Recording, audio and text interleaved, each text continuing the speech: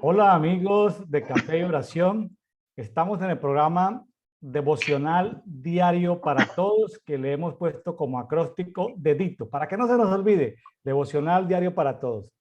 Recordamos a los amigos que se están conectando en este nuevo movimiento de Café y Oración que por favor ustedes escudriñen las escrituras, que se hagan al propósito de leer la Biblia en un año. Ahí en el grupo público que tenemos en Facebook, que se llama Café y Oración, guión, Pray and Coffee, ahí está en la sección de archivos, está el programa de lectura de la Biblia en un año, una de tantas guías, pero es la que escogimos y en la cual muchas personas ya lo están haciendo. Seguramente habrán mejores, pero es la que estamos siguiendo desde el año 2008. Entonces, pues seguimos con esa. Eso nos implica, amigos que apenas se están conectando a este programa, que leemos 2, 3 capítulos del Antiguo Testamento, un capítulo o medio capítulo del Nuevo Testamento. Una velocidad muy lenta, pero es un esfuerzo que vale la pena. Escuchaba en estos días a alguien desde Bogotá, Colombia, decirme que ha leído la Biblia 105 veces. 105 veces de manera consciente ha leído la Biblia. Entonces, imagínense, si alguien ha leído la Biblia 105 veces, o significa que la ha leído en tiempos menores a un año. Y que el Señor una vez le hizo leer el libro de Abdías 38 veces para poderle mostrar una perla que había ahí en el libro de Abdías, que es un libro muy corto. Entonces, hoy tenemos ya un, ¿cómo le llamamos a los que participan en, ya no es un invitado, ya es parte del programa, un Parte del conversador semanal, inventario. parte del staff ya internacional de Brian Coffee, porque lo tenemos por lo menos una vez por semana, a veces dos veces. Hoy tenemos al médico cartagenero desde Cartagena, Colombia, Pastor Ismael. Hola, mi estimado Ismael.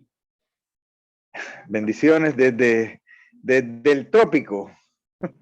Desde el A- trópico a- cartagenero. Aquí no tenemos mucho cambio de clima. Aquí es caliente o más caliente o menos caliente. Eso. Mire, a propósito, lo que pasa es que estamos transmitiendo con el teléfono y esa información la tengo en el teléfono. Hay algo que me ha resultado útil y casualmente nosotros no habíamos conversado de esto acerca de la Biblia en un año. Eso es un tema que hemos retomado este año y yo lo he retomado en audio.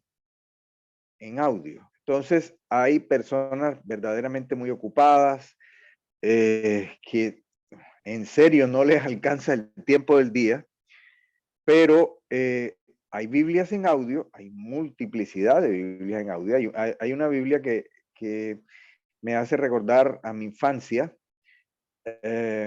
Y entonces yo bajé los módulos y yo escucho. Entonces, la disciplina está en no atrasarse. Hay veces por ocupaciones, uno ese día se lo salta, a veces se salta 2 días y cuando quiere ver, tiene que leer 9 capítulos o 12 capítulos. Entonces hay que tener la disciplina de ponerse al día, porque eso ya me ha pasado. Disciplina de ponerse al día. Entonces es muy útil esto de la Biblia en audio. Y recuerde que la palabra dice, la fe viene por el oír. Entonces, si usted escucha la Biblia, su nivel de fe aumenta.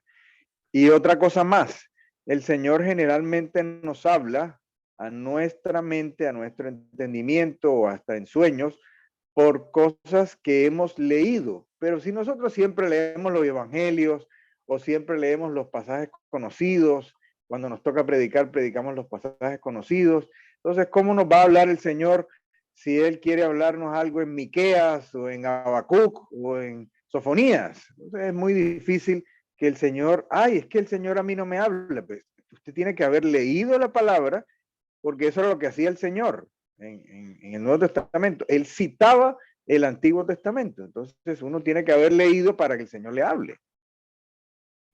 Muy buenas recomendaciones, Pastor Ismael. Esperamos que muchos de los oyentes, sabemos que por lo que estamos transmitiendo en Facebook y en los diferentes canales de YouTube, ya tenemos una sintonía de cada programa de más de 1000 personas en todo el continente americano. Simplemente les agradecemos a los que se toman el tiempo para colocarle me gusta o colocar un comentario, porque los sistemas de pronto es gente diferente, los 1000. Entonces, pero si usted lo coloca algún comentario, el algoritmo vuelve y le avisa sobre este canal. Bueno, vamos a compartir Salmo 132, Salmo 133, Salmo 134. Son los últimos salmos de los llamados salmos graduales, los salmos que cantaban los migrantes judíos que habían ido al exilio y que concurrían a Jerusalén, principalmente en las 3 fiestas principales que se celebraban al año. Entonces, vamos con el Salmo 132, Pastor Ismael. Sí, señor. Vamos a leer en Biblia Textual, 4ª edición. Cántico gradual. Oye, Jehová, tenle en cuenta a David todas sus aflicciones. Llamativo. Ahora existe un evangelio un poquito light y dice, usted no va a tener ninguna aflicciones. No, esto es parte del paquete. Sí, sí. Bueno, usted lo ha escuchado, no lo ha escuchado. Había algunos hermanos, y lo voy a decir respetuosamente, trataban de buscar al Señor y lo que le decían era, pare de sufrir. Entonces, bueno, ay Dios. Me estaba acordando de eso, de pare de sufrir y a veces podría ser, ¿quiere usted empezar su vida de sufrimiento? Inicie la vida con Cristo. Sí, Porque se le cambian muchas cosas, ¿no? Se cambian muchas cosas. Sí, sí, el Señor, la tristeza que es según el mundo, dice también la palabra, es para muerte, pero hay una tristeza que sirve para bien. Entonces, ¿para qué estoy triste? Hay, en este tiempo de las redes sociales, la gente aparente o la gente publica su vida de apariencia. O sea, están viviendo en la Costa del Sol, están viviendo en el Mediterráneo, están viviendo en el Caribe. Todo es lindo, todo es perfecto, todo es bueno, y en realidad es una vida fingida.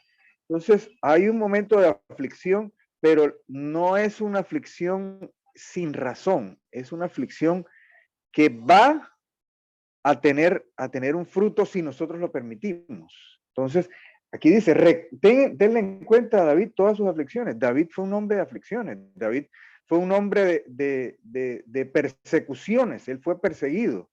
Él era espeolólogo, experto en cuevas. O sea, uno sabe de la cueva de Adulán, pero yo creo que él recorrió todas las cuevas que había en ese tiempo y vivió en cuevas. Entonces hay veces que uno dice, ay, Señor, no tengo para prender el aire acondicionado. ¿Qué aire acondicionado podía tener David en la cueva? Ay, Señor, el baño no lo he podido refaccionar. Imagínese a dónde le tocaba hacer sus necesidades a David. Entonces, todo eso eran aflicciones. De cómo juró a Jehová y prometió el fuerte de Jacob, versículo 2, ciertamente no entraré al abrigo de mi casa ni subiré al lecho de mi reposo. Ciertamente no concederé sueño a mis ojos ni a mis párpados adormecimiento hasta que haya lugar para Jehová, tabernáculo para el fuerte de Jacob. Bueno, ahí podemos hablar un poco de contexto. No sé si usted empieza o yo empiezo. Sí, está interesante que este cántico recoge las promesas, las oraciones que David tal vez había elevado en público y que la gente había escuchado de cómo él le había jurado a Dios prepararle casa, ¿no? Él estaba hablando del arca del pacto, ¿sí? Y hay referencias en el versículo 6 que dice, he aquí en Éfrata, oímos de ella, la hallamos en los campos de Jaar. Si uno va a primer libro de Samuel, capítulo 7, ahí se habla de que el arca en tiempos de Elí quedó abandonado por allá quedó abandonado en un sitio 20 años, ¿no? Entonces, entre el tiempo de Samuel, de Elí y todo esto, David o su familia conocían que el arca había quedado en un lugar dispersa, había quedado cuidada. Y bueno, eso está en primera de Samuel 7. Y él está pensando en, David se obsesionó, creo yo porque no era algo que Dios le estaba pidiendo. Yo creo que David se obsesionó con construirle casa, dice en el 7, entremos en su tabernáculo, en otras versiones dice entremos en su arca, entremos en su carpa, en otras dice entremos en su templo, postrémonos ante el estrado de sus pies. Sí, efectivamente. Dicen en algunas partes que estuvo 20 años después que fue devuelta el arca, estuvo 20 años en un lugar diferente de Jerusalén. Y a mí me llama mucho la atención, en ocasiones anteriores estuvimos hablando acerca de esto. Dice, entremos en sus tabernáculos, postrémonos ante el estrado de sus pies. Esa es una palabra sobre el cual el Señor me ha hecho énfasis en este último tiempo. No solamente en la adoración, sino en el hecho de postrarse. Es la palabra hebrea shakha, deprimir, postrarse, esencialmente con homenaje a la realeza o a Dios, adorar, arrodillarse, bajar culto, dar culto, encorvar, humillar, humillarse, inclinarse, postrarse, rendirse, reverencia. A lo largo, David sabía de esto. David sabía de postrarse. Él era adorador, pero él era un adorador que conocía el poder de postrarse. Tenemos dificultades los cristianos con esto. No hablamos casi de esto. Respeto y admiro mucho a los salmistas, adoradores. Le cuento una historia aquí brevemente. En la época en que yo era joven, yo era muchacho, el que le toca, los músicos eran, yo le digo bárbaros. A mí me tocó un profesor de música. El cantante era el que llegaba temprano al servicio. Usted llegó temprano, venga, cántese 3 coros. Y uno, vamos a cantar el coro tal, sin haberle dicho al músico, y uno arrancaba, como dicen ahora los músicos, en seco. Y de pronto uno decía, vamos a cantar un coro a elección de ustedes. Estamos hablando de los años 70, hermano. Y uno decía, fulano, tal coro, otro tal coro, y el músico sin ensayar y sin nada tenía que saberse los 500, 600 coros que se cantaban en una congregación y empezar a seguir al cantante. No había ensayado con el cantante. Y alguna vez un músico me dijo, hay gente que canta en notas que no existen. Entonces, imagínese el pobre músico tratando de alcanzarse. Había unos cantantes que eran arrítmicos. Bueno, listo. Los adoradores, los salmistas hablan de la adoración y hablan, pero este tema, aquí hay un adorador, un salmista. Este sí escribió salmos. Hay salmistas que no han escrito ni dos estrofas. Y este habla de venid, entremos a su tabernáculo y postrémonos ante el estrado de sus pies. La tierra es él tiene su trono en los cielos, la tierra es el estrado de sus pies. Es Ismael, postrarse. ¿usted ha escuchado el término adoración profética? Sí, claro, ¿cómo no? Es muy común, ¿cierto? Sí, señor. Bueno, con mis amigos de Trayendo el Arca, que son repasan toda la Biblia, le dan la vuelta a la Biblia estudiando pasajes de adoración.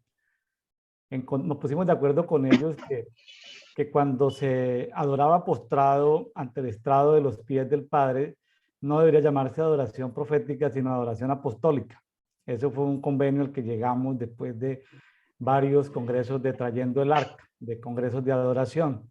Y con los amigos de Costa Rica encontramos que la adoración postrada ante el estrado de sus pies era adoración al Padre, que era diferente a adorar con ángeles o a adorar con el Señor Jesucristo. Entonces, esto que tú estás hablando de tu experiencia personal, que Dios te está hablando de adoración a postrado ante los pies, es adoración al Padre, que no hay otra manera de hacerlo. No hay otra manera de hacerlo sino postrado. Es decir, no es algo religioso, entiéndase bien. Es algo que llega por revelación. ¿Sí? Entonces, qué bonito que estés en esa Apostolic Worship o Worship Apostolic. Bueno, entonces ahí puedes googlear Worship, adoración Apostolic, y seguramente verás algunos videos en inglés de gente tirada completamente. Vas a encontrar seguramente videos de la apóstol que trabaja en Mozambique, del apóstol Heidi Baker. Heidi Baker. Ahí la vas a encontrar, Apostolic Adoración. Bueno, qué bonito todo esto, Ismael. Me gusta todo esto, hermano. Permítame, permítame que hay otro versículo enlazado que es el 9 y que tiene también, es un requisito sine qua non, un requisito sin el cual no. ¿Qué dice? Acaba de decir, bueno, perdón, me salté el 8. Entremos en tu tabernáculo, postremos ante el estrado de sus pies. Voy con el 8. Oye, Jehová, levántate al lugar de tu reposo, así como el arca de tu poder. Pero me llama la atención el 9, que está enlazado con el 7. ¿Qué dice? Vístanse tus sacerdotes de justicia. Aquí hay dos temas también que el Señor me ha estado inquietando muy grandemente en el último tiempo. Uno es un vestido. Acordémonos, no lo vamos a buscar aquí por la premura del tiempo, que el Señor se viste, Él mismo se viste con coraza de justicia. Él mismo se viste. Pero también a lo largo del Nuevo Testamento habla de estar vestidos. La primera cosa que se nos viene a la mente, lo que le dice la armadura del cristiano. Sí, pero es que no es lo único. Hay otras vestiduras. Nosotros tenemos que vestirnos de Cristo. Y si nos vamos prácticamente a la última bienaventuranza del Apocalipsis, hay un tema grueso, un tema profundo. Dice, bienaventurados, vamos a buscarlo, los que lavan sus ropas para tener derecho a entrar primero al árbol de la vida y después a entrar por las puertas de la ciudad. Oh, hay cosas, revisando las escrituras, hay cosas de las cuales a mí nunca me predicaron. Bienaventurados, Apocalipsis 22:14. Bienaventurados los que lavan sus ropas para que tengan derecho al árbol de la vida y entren por las puertas de la ciudad. ¿De cuál ciudad? De la Nueva Jerusalén. Entonces, nos devolvemos al Salmo. Vístanse de justicia. Vístanse tus sacerdotes de justicia.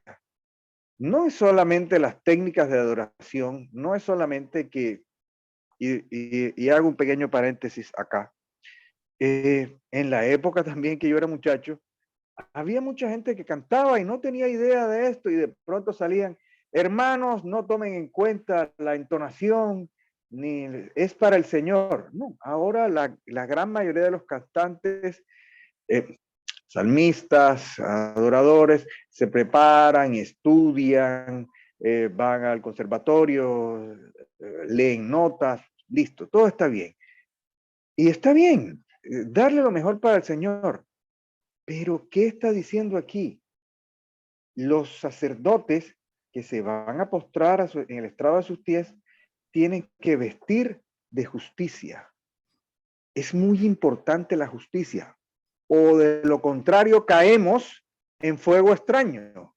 Acuérdese que hubo quienes ofrecieron fuego extraño y cómo terminaron.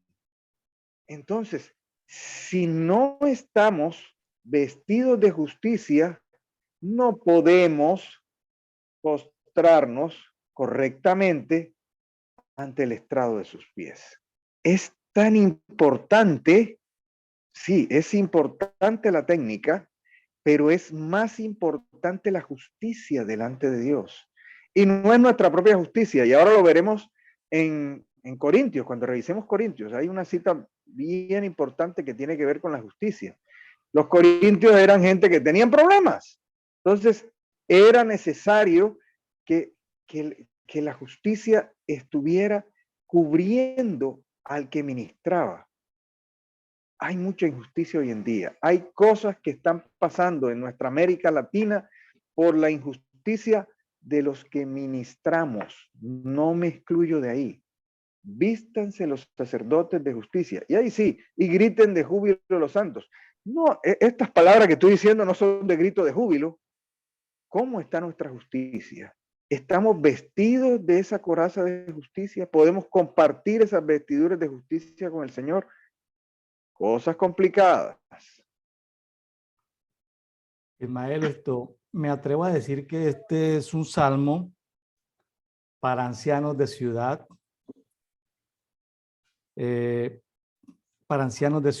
porque el tema de vístanse sacerdotes de justicia está tanto en el 9 como en el 16, versículo 16. Ahí se repite prácticamente el mismo versículo, 9 y 16. Pero en Palabra de Dios para Todos aclara el contexto en el que se da todo esto. En Palabra de Dios para Todos dice en el 15, saltándome un poquitico, bendeciré a esta ciudad con abundancia de alimentos, hasta los pobres tendrán alimento. Entonces, todo esto que tiene que ver con todo este volver a traer, volver a traer. ¿Y qué es lo que hay que volver a traer? ¿Qué es lo que se atrae con toda esta justicia? Y el tema ciudad aparece en el 15. Tiene que ver con algo que la mayoría de las Biblias no lo toman muy, pero encontré en Nueva Versión Purificada, NBP, que en el 10 y en el 17 se habla del Mesías, se habla de Cristo. O sea, es un salmo mesiánico, pero mesiánico que también aplica para nosotros en este día. O sea, claro, es un salmo de ciudad, es un salmo para sacerdotes de justicia, es decir, para sacerdotes tipo, porque no lo mete dentro del tabernáculo, sino que lo saca a la ciudad. Fíjense que arranca con el tabernáculo, pero luego como un sitio único, pero luego lo expande a la ciudad. Entonces, que diga en el 10 y en el 17, que diga, por ejemplo, en el 10 dice, no hagas volver el rostro de tu Cristo, de tu ungido, no lo hagas volver. Y en el 17 dice, dispondré una lámpara para mi Mesías, para mi ungido, para mi Cristo. Dicen estas versiones. Entonces, qué bonito todo esto, ¿no? De que y todo esto, sí, claro, se adora. Sí, la adoración es que se abran los cielos, que se cante lo que se escucha en los cielos, pero también es que se traiga justicia a la tierra. Y la justicia a la tierra se ve en el 15, que haya abundancia de pan, incluyendo a los pobres. Esa es una adoración apostólica, o sea, no solamente derribar y derribar y derribar columnas de iniquidad, derribar tronos de las tinieblas, sino traer alimento, inclusive a los pobres. Estaba yo viendo en estos días un video de los Estados Unidos por DW Documentales en español, que hablaba sobre los pobres en Estados Unidos. Yo decía, Dios mío, ¿esto qué es? Y un video de DW me comentó con otro, y me pegué y me puse a ver en esta semana unos videos de la pobreza en los Estados Unidos. Y yo digo, Dios mío, ¿qué está sucediendo en esos estados? Pero comprobé, y no lo tengo pues así al pie de la letra, pero comprobé que los estados liberales y progresistas de los Estados Unidos, donde hay libertades, ahí es donde comienza a haber pobreza.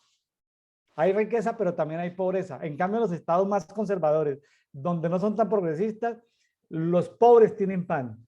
No sé, es un hallazgo pequeñito, pero ahí voy arañando ciertas pistas que me da esto. Entonces, por ejemplo, hay ciudades donde en cada esquina tú encuentras gente pidiendo limosna, mendigando, pero hay ciudades donde tú no encuentras ni siquiera a los pobres mendigando. O sea, son cosas que hay que notar en ciertas ciudades. Así es. Y ahora que usted habla de vestirse, vamos al 18. No vamos a agotar todavía este salmo, pero que dice, a sus enemigos vestiré de vergüenza. Ah, cuando sus sacerdotes están vestidos de justicia, los enemigos están vestidos de vergüenza. Revisemos un poco nuestra América Latina. ¿Cuántos gobiernos progresistas han subido en los últimos tiempos? Gobiernos que están abiertamente en contra de Dios, abiertamente a favor del aborto, abiertamente a favor de la eutanasia, abiertamente a favor de la legalización de la droga, abiertamente a favor de los delincuentes, están recibiendo honra porque hay problemas de justicia en sus sacerdotes, hay problemas de justicia en su iglesia. Es el reflejo de lo que está pasando. El Señor se ha cansado de que se predique muy lindo, porque es que predicamos hermosísimo, hacemos llorar al que sea.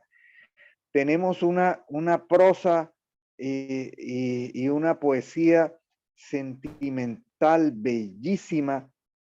¿Y dónde está nuestra justicia? El Señor viene en busca de frutos de justicia. Si revisamos el Nuevo Testamento, así como hay frutos del Espíritu, hay frutos de la luz y hay frutos de justicia. Y ahí en Corintios, que de pronto nos toca revisarlo, dice, y multiplicará los frutos de vuestra justicia. El Señor viene buscando frutos de justicia.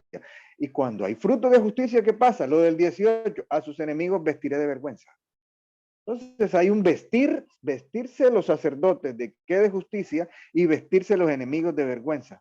Hoy los enemigos están vestidos de vergüenza, ¿no? Los enemigos están investidos, están con bandas presidenciales, están reunidos, están rodeados de bandidos, es evidente, y la justicia no opera, porque han cooptado la justicia.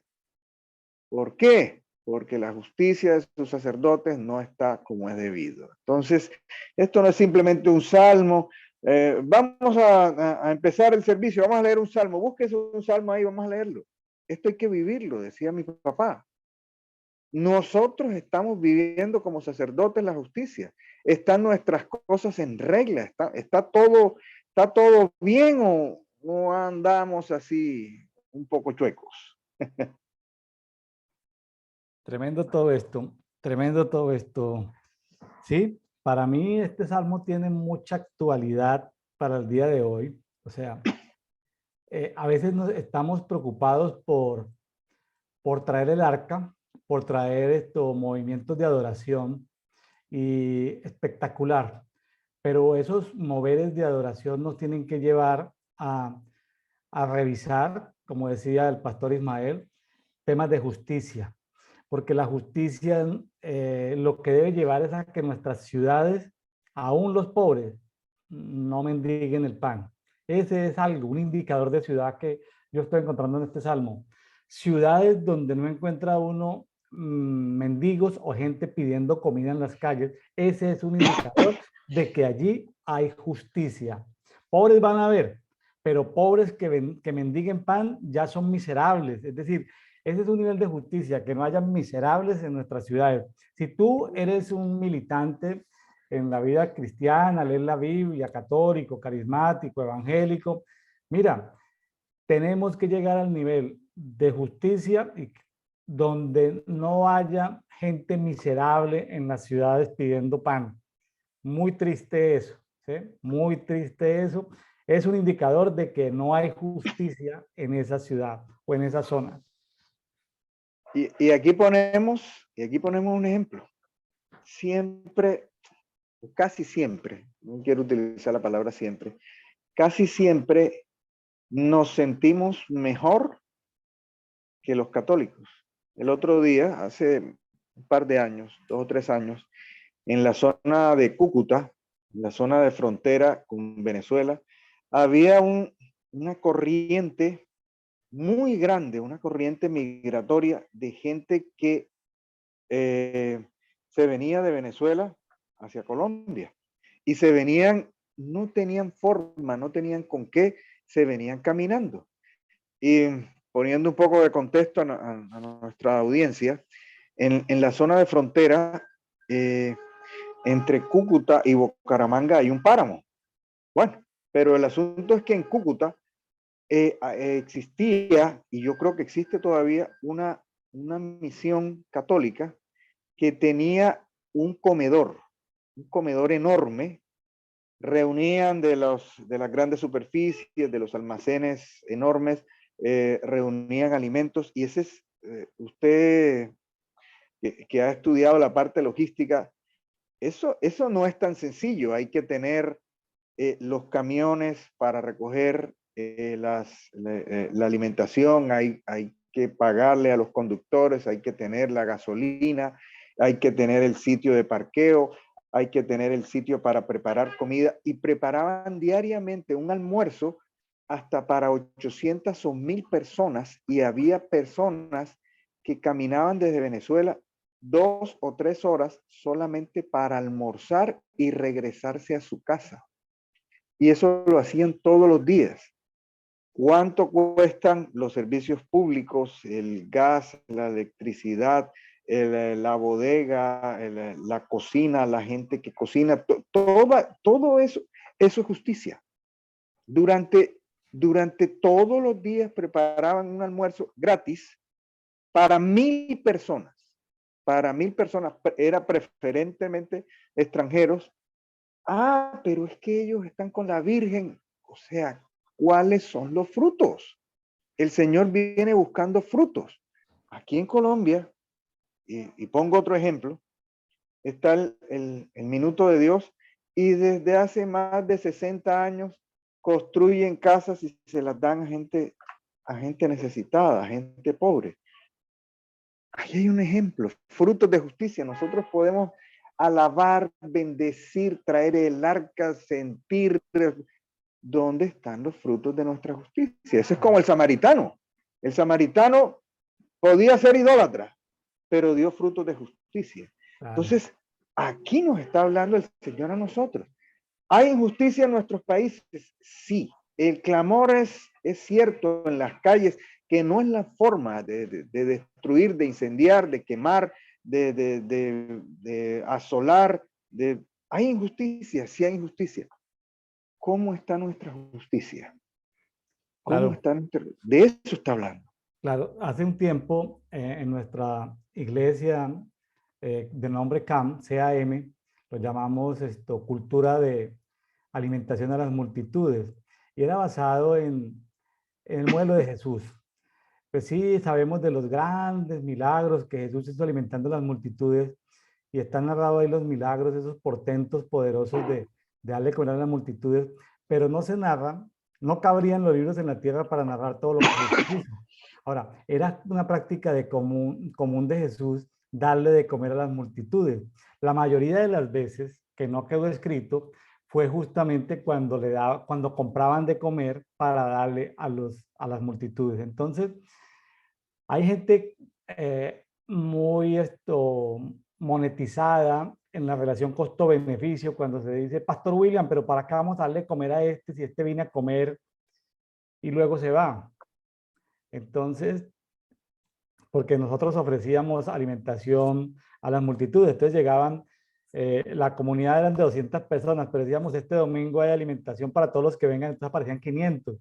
Entonces luego me decían algunos del liderazgo, de los colaboradores, Pastor William, pero ya que vienen por la comida y luego se van, les decía, no se preocupen, era el modelo de Jesús, no se preocupen, era el modelo de Jesús. Dios nos proveerá y alimentaremos las multitudes. Y a veces preparábamos y nos sobraba comida, cultura de alimentar a multitudes, que le pedía a varios colaboradores que fuera cada uno con 20 platos de comida y repartiera comida en los alrededores.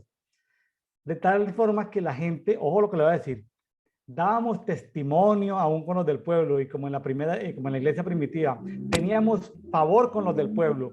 Cuando gente mala se quería meter con el lugar donde nosotros estábamos, era el primer cinturón de seguridad, eran Sí, nuestros así es. vecinos incrédulos, era nuestro primer cinturón de seguridad porque teníamos favor con el pueblo. No hay que pensar mucho la cultura de alimentación de las multitudes. Eso es un tema de justicia, ¿sí? No hay que pensarlo mucho.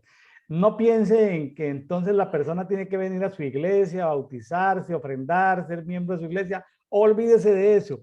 Jesús no estaba pensando en eso. Jesús le daba de comer cientos de veces. Jesús le dio de comer a las multitudes. Esos cientos de veces, el grupo que iba acompañando a Jesús pagaba la comida, preparaba la comida. ¿Sí? No eran siempre milagros.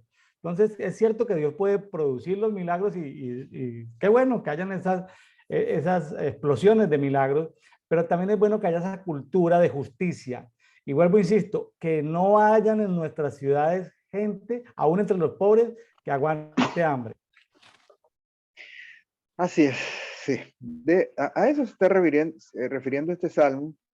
Y después, ¿qué dice? Versículo 12.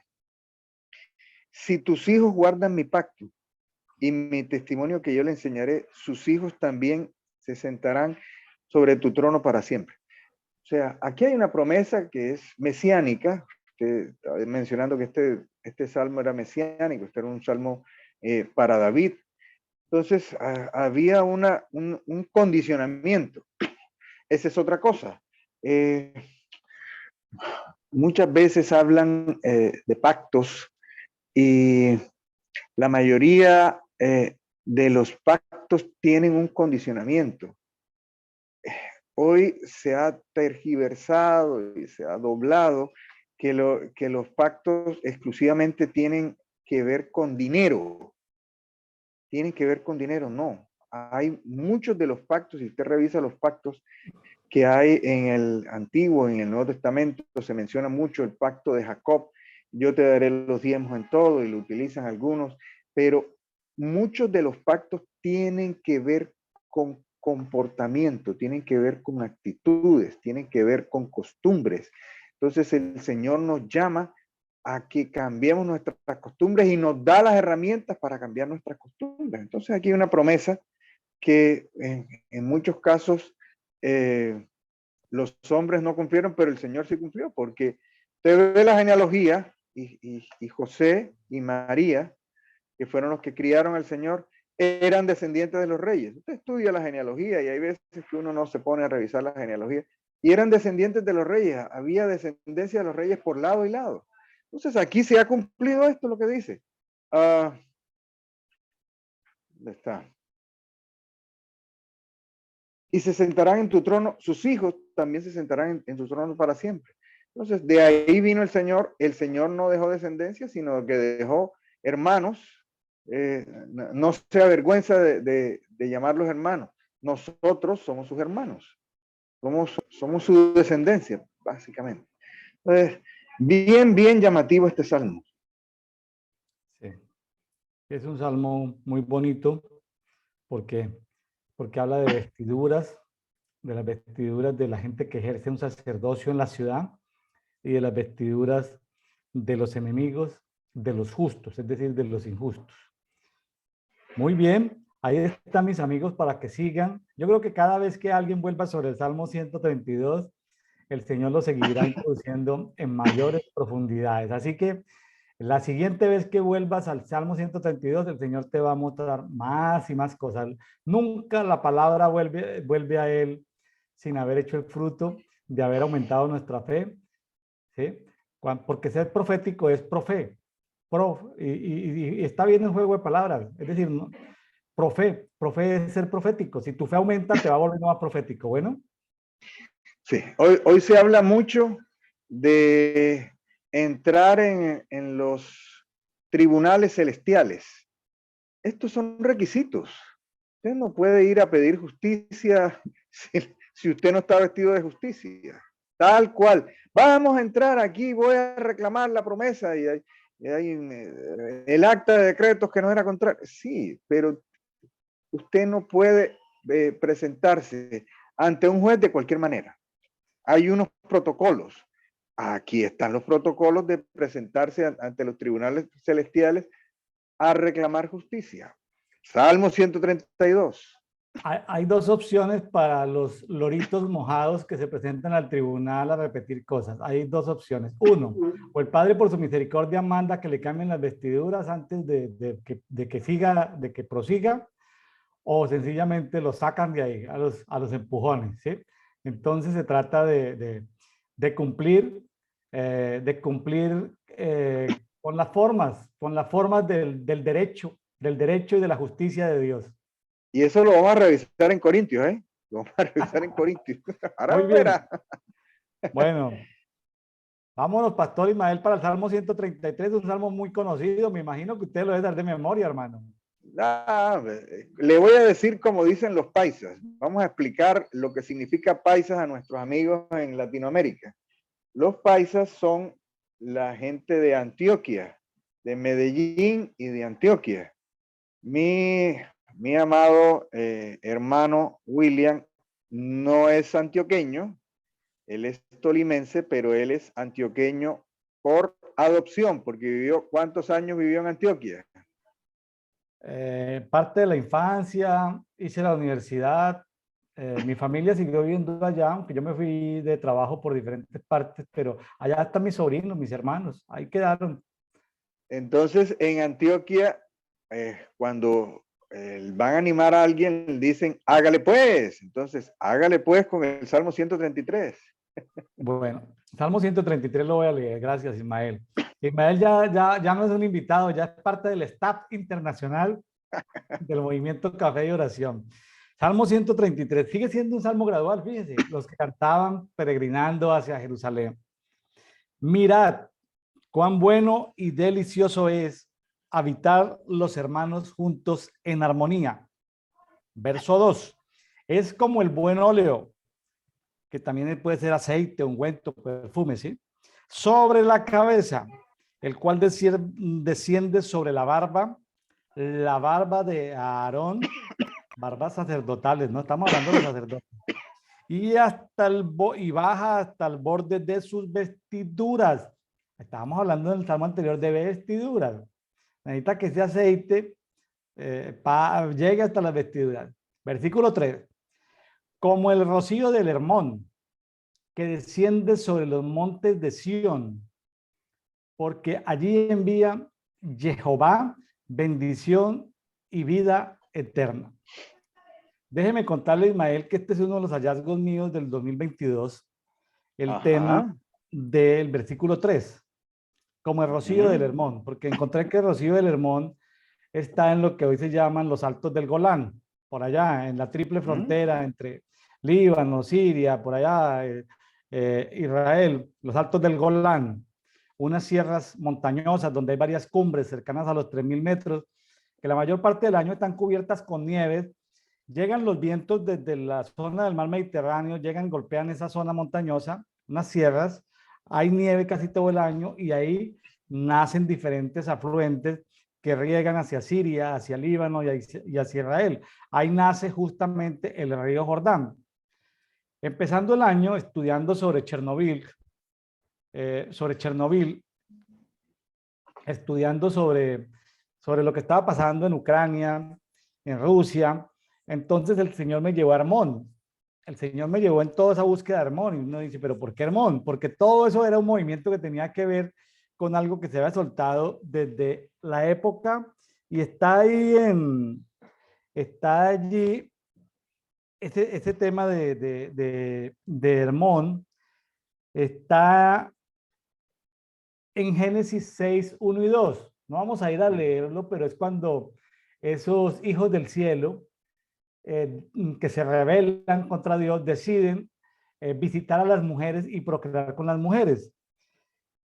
Y la única fuente histórica está, digamos, una fuente en un libro apócrifo, como se le llama, está en el libro de Enoch, que es un libro reconocido por ciertas iglesias orientales ortodoxas, pero en el libro de Enoch, capítulo 6, versículo 2, dice que los vigilantes hijos del cielo dice, vayamos y escojamos mujeres entre las hijas de los hombres y engendremos hijos.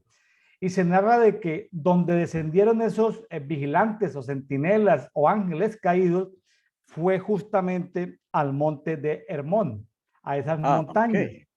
Vea. Entonces, y allí en el monte de Hermón se creó lo que se llama un ónfalo, un sitio de poder. De ahí salieron, por eso la mitología cananea, la mitología de esos pueblos, todo radica en esos montes porque ahí aparece el término Baal. Entonces aparece Baal-Berit, Baal-Hermón, Baal-. Entonces comienzan a aparecer esos Baales que son los amos y señores de todas las zonas. Y desde ahí, desde esa zona, es que toma la mitología, es el ónfalo de la mitología del Medio Oriente, el monte Hermón.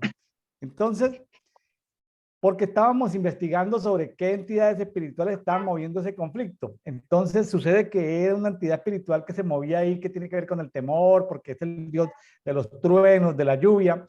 Entonces en esas mitologías aparece, entonces este personaje Baal Hermón, es un personaje que se le muestra como el dios de la lluvia, el trueno, la fertilidad, y es el hijo de Eloat y el hijo de Acera, es decir, el hijo del creador de la naturaleza y de la madre diosa. Es decir, este Baal Hermón es un tipo de anticristo. Y, y como era adorado por los sidonios y por los tirios, entonces lo representaban como un toro, a veces con alas y a veces sin alas, o a veces como un jinete entre las nubes. Entonces, de ellos es que hablan, Deuteronomio 3:9 habla de que los sidonios lo llamaban Sirión, los amorreos lo llamaban Senir, está hablando del monte Hermón. En Jueces 3:3 dice que Dios dejó algunas naciones para probarlos, entre ellas dejó a los heveos, varias naciones se quedaron para probar, entre ellas los heveos. Esa zona le correspondía tomarla a la media tribu de Manasés, que quedó a la parte occidental del Jordán. Sin embargo, la media tribu de Manasés se quedó ahí. No siguió adelante, sino le dejó esos montes a los heveos. Esos montes fueron recuperados ahorita en una guerra reciente, en la última generación, que todavía se reconoce como tierra ocupada, los altos del Golán. Fíjense que en el Salmo 29:6 dice que Jehová va a dejar el Sirión, es decir, Hermón, como pequeños toritos. ¿Por qué? Porque ahí se representaba el toro ese de Tiro, el toro ese que mueve la riqueza de Tiro, era representado allí. Entonces el Salmo 29:6 dice que en el Sirión Jehová los deja como pequeños toritos. Primer libro de Crónicas 5:23 habla del límite de la media tribu de Manasés. En Cantares 4:8 habla sobre la amada de Salomón, pero que venía de esas zonas, ¿sí? Una propaganda. Sí. Usted mencionó el toro de Tiro. El toro de Tiro. De las riquezas de Tiro. De las riquezas de Tiro. ¿Tendrá que ver con el toro que está en Wall Street? Correcto, tiene que ver con el... Según William Neira, sí, hasta este momento. Algo que me llegue más revelación y que pueda tener, pero tiene que ver con eso. Tiene que ver con eso. El símbolo del toro sigue siendo, pues es uno de los 4 rostros, ¿no? De los 4 rostros que representan la gloria de Dios, que es el buey. El buey, sí, el buey, sí. El buey. Gracias por la... Entonces, fíjese que en Ezequiel 27:5 habla de los cipreses del Senir, que también es como llamaban los los amorreos al monte de Hermón.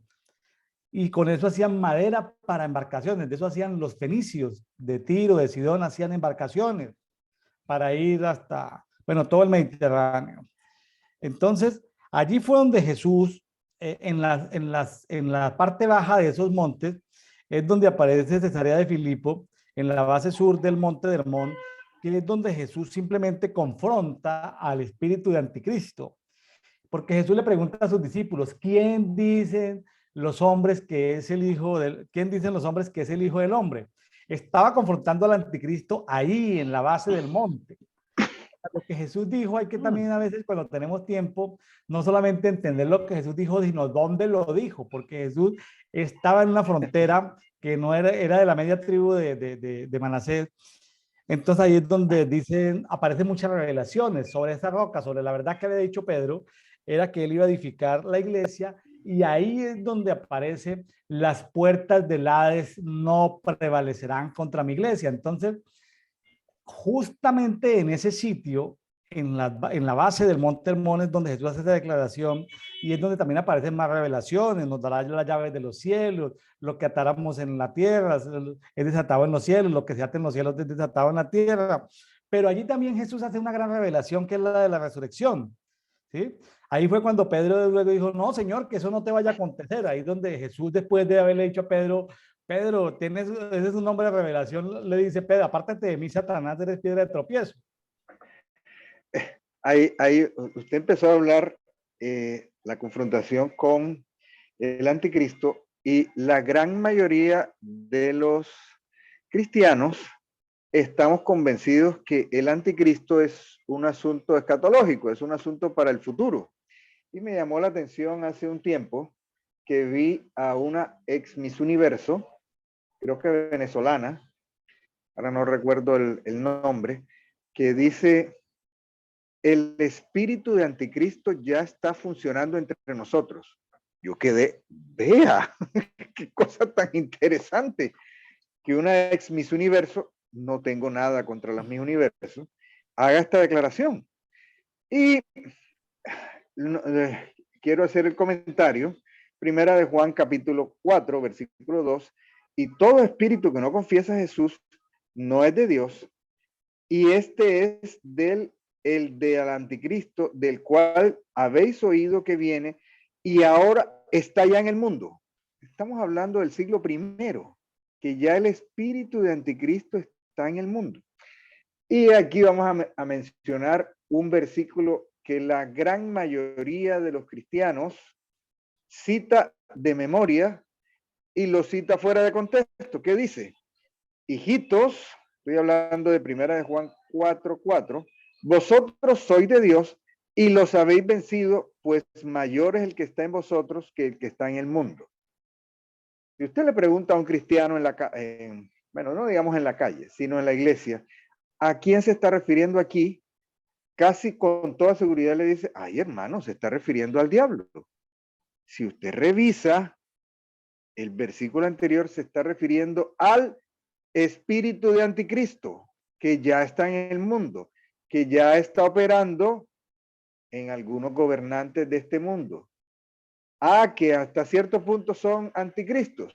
¿Usted tiene alguna duda de que Hitler operó en el espíritu de anticristo? Yo no tengo dudas que Hitler funcionó como un anticristo.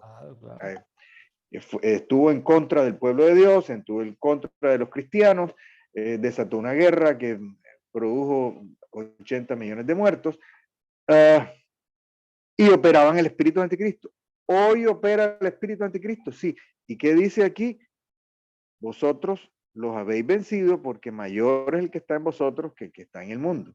El Señor en ese monte confrontó al espíritu de anticristo.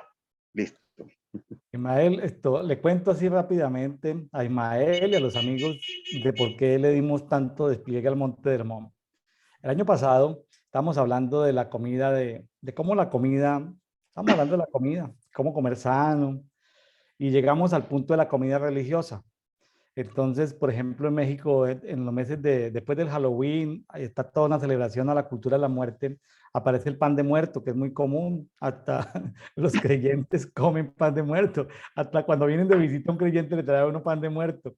Entonces, es tan común el pan de muerto, y eso se enlaza con la rosca de Reyes. La rosca de Reyes es una rosca dulce como el panetón peruano, así panetones cristalizados de fruta, y le meten pequeños muñequitos del niño Dios. Entonces, al que le salga el niño Dios el 6 de enero, tiene que compartir tacos con algún guiso, con algún tipo de carne especial, el 2 de febrero. El que le salga el muñequito tiene que dar tacos el 2. Y el 2 es la fiesta de las candelas, la fiesta de la Reina del Cielo.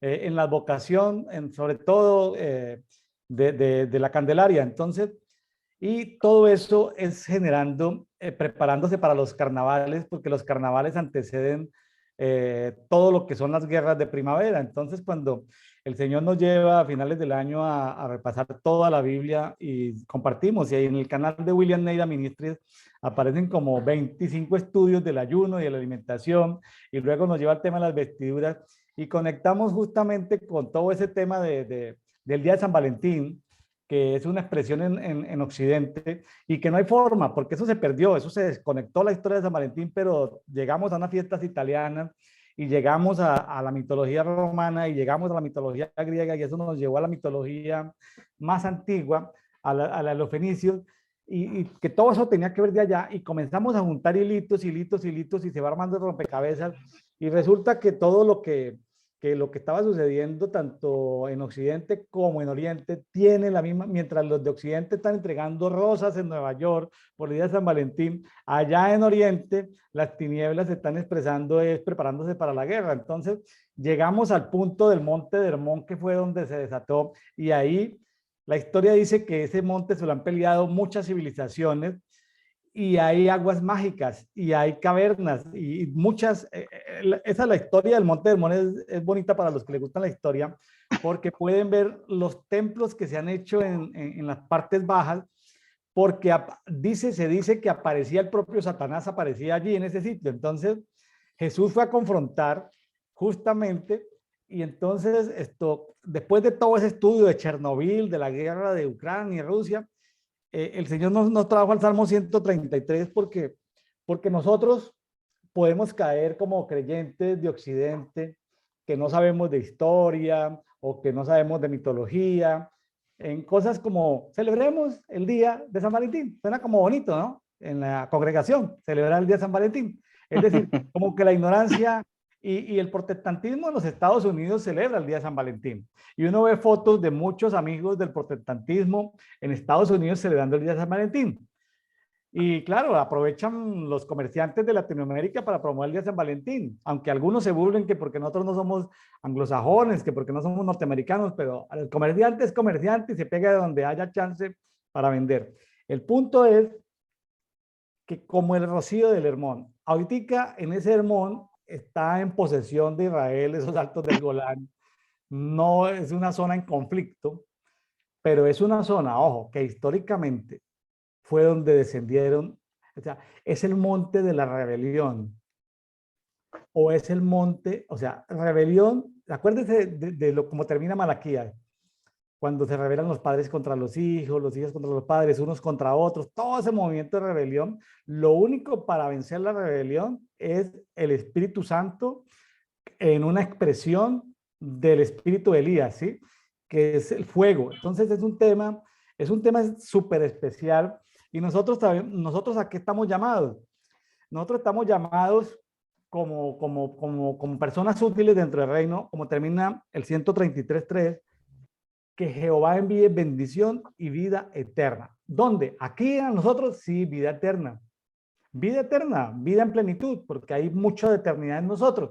Nosotros no somos como los perros o como los gatos que no están pensando en los bisnietos ni en los tataranietos. Nosotros sí tenemos eternidad dentro de nosotros, y nosotros estamos pensando en qué serán nuestros hijos y qué serán nuestros nietos. Ah, Ismael, feliz día del abuelo, hermano. Feliz día del abuelo. No lo celebramos en estos días, se celebró en México el día del abuelo. Yo no lo sabía, yo todavía no soy abuelo, pero estas son de las cosas que la globalización nos está permitiendo extender, que Ismael ya es abuelo de qué, de un niño, ¿no? De un niño, sí. ¿Y qué tal la experiencia de abuelo? Cuéntenos, hermano, ya que me acordé de eso. Bueno, es compartir el amor con menos responsabilidades. Ya mi nieto tiene con un año y 4 meses, va a cumplir. Lo he disfrutado, pero confieso, en realidad no confieso con tristeza. Nunca le he cambiado un pañal. O sea, uno tiene la responsabilidad de cambiar pañales cuando es el papá, pero cuando es el abuelo, no. Aquí se lo entrego.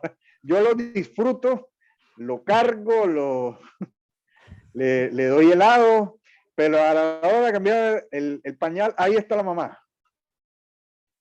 La mamá y el papá, me imagino que también ayuda, ¿o no? Sí, todos Ah, ellos bueno, me es que, ayudan y todo, pero lo alcanzo a consolar y esta cosa, si se golpea o se cae, pero en las cosas así terribles, ahí están los papás. qué bueno que estés pudiendo disfrutar ese nieto. Que el Señor te dé muchos nietos, abuelo Ismael. Bueno, Ismael, le dejo el Salmo 134, hermano. Está cortito, 3 versiculitos. Es el último de los cánticos graduales. Sí, señor.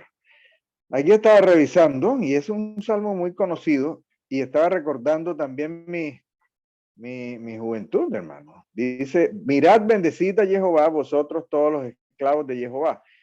Eh, en Reina Valera 60, dice de otra forma, y es vamos a ponerlo aquí, quitarle este. Mirad, bendecid a Jehová, vosotros todos los siervos de Jehová, los que en la casa de Jehová estáis por las noches. Entonces, en mis años de juventud, ese era un coro. No sé si lo alcanzaron a cantar en las tierras de Antioquia. Mirad, bendecida de Jehová, los otros, los hijos de Dios. Claro que sí, Eh, claro que sí.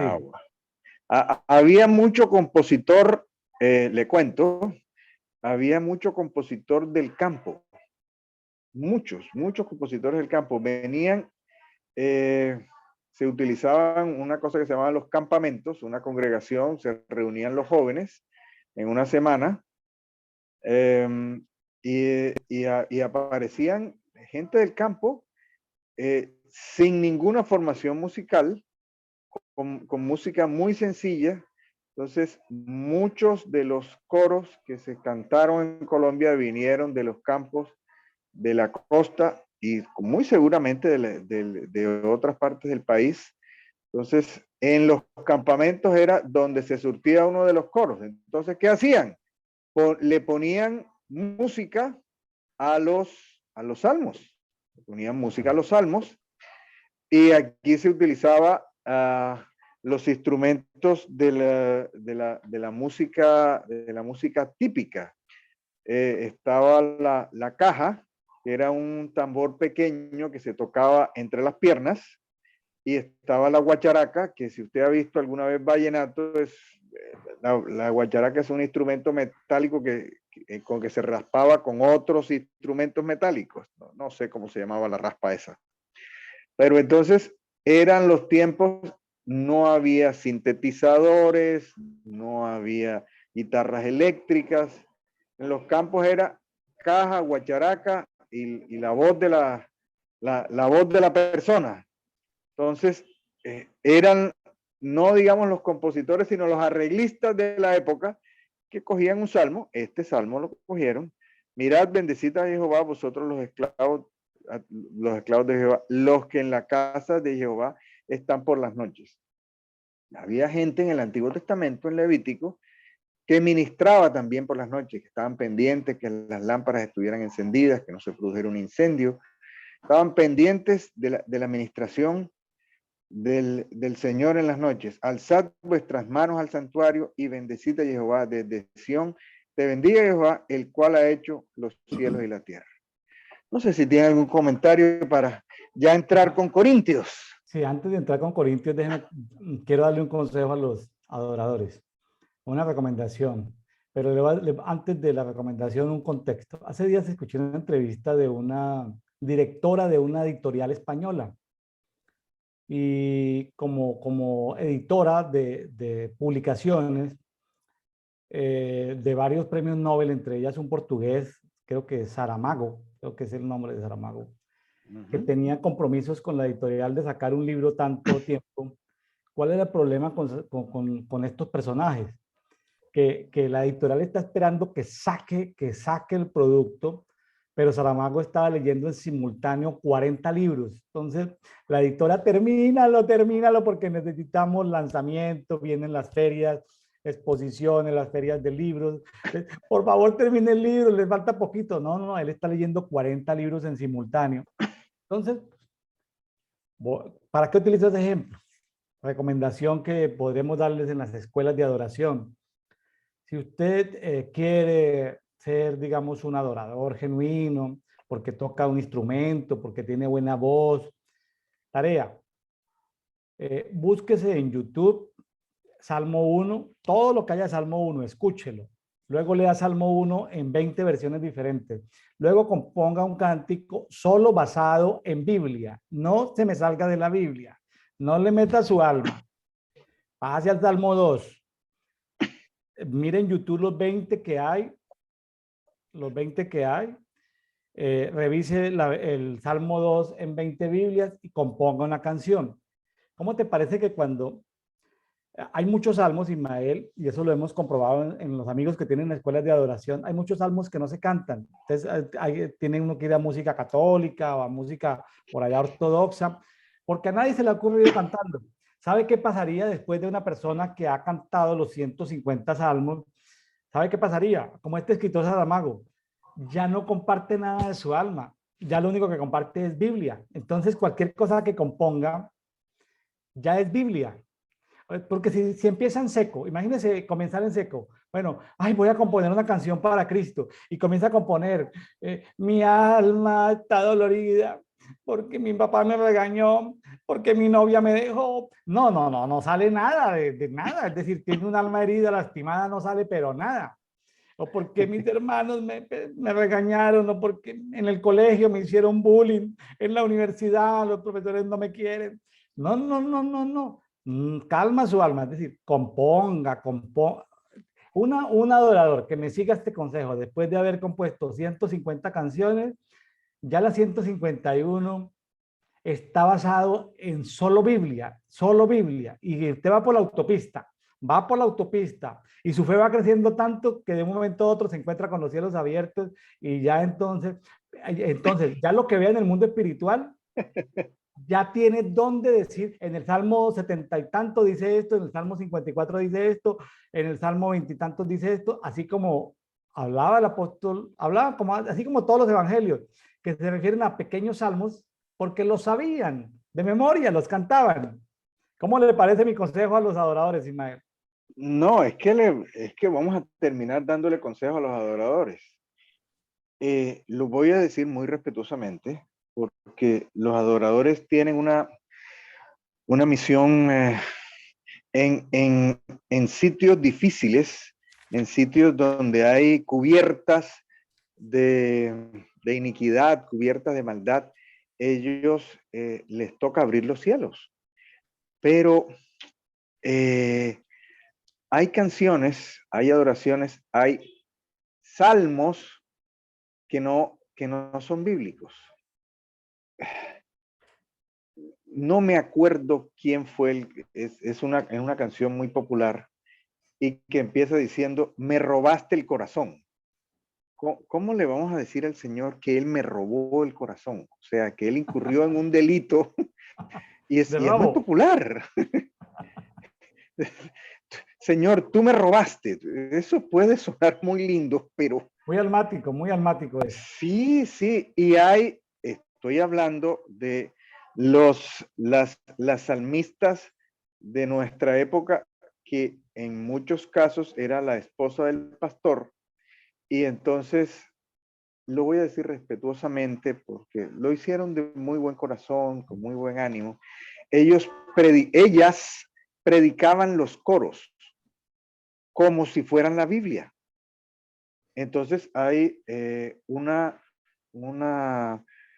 canción colombiana, no sé si la cantaba en otras partes, es posible que la cantara en otras partes, que decía palabras más, palabras menos. No, decía textualmente, ni las hojas de los árboles se mueven si no es por su poder. Hay eso es bien antiguo, eso es años 70, 80, y el otro día estaba hablando con una amiga de la época, que tenemos un chat, ella está viviendo en Florida, y yo le decía, hay cosas que se cantan que no están en la Biblia. Y estamos convencidas que están en la Biblia. Y dice, ni las hojas de los árboles se mueven si no es por su poder. Es que, ¿cómo? Ahora es muy fácil con las concordancias estas electrónicas, con las aplicaciones. Busque en la Biblia dónde está que ni las hojas de los árboles se mueven si no es por su poder. Eso era un coro. Entonces hay coros que no son bíblicos. Hay coros que no están en la Biblia y se predican. Entonces, ese es un ejemplo de un coro que es predicado como si estuviera en la Biblia. ¿Cómo así? Yo lo voy a buscar, búsquelo a ver si lo encuentra. No Ahora, está en la Biblia. claro, una recomendación también para pastores y líderes cristianos que pueden sacar dentro de la semana en sus espacios, en sus comunidades, porque tienen el tiempo, porque se facilita, porque los jóvenes están con tiempo disponible. Entonces, una escuela de adoración con una reunión semanal tiene 150 salmos para que tenga escuela de adoración los 3 primeros años y no se afane. Los 3 primeros años que sea semana por semana repasar un salmo y componer y cantar ese salmo. En 3 años usted tendrá adoradores bíblicos, no tendrá salmistas salmáticos. Ahora, una recomendación de la escuela donde acabamos de estar. Dijeron allá, hemos pasado la época del vino a la época del aceite.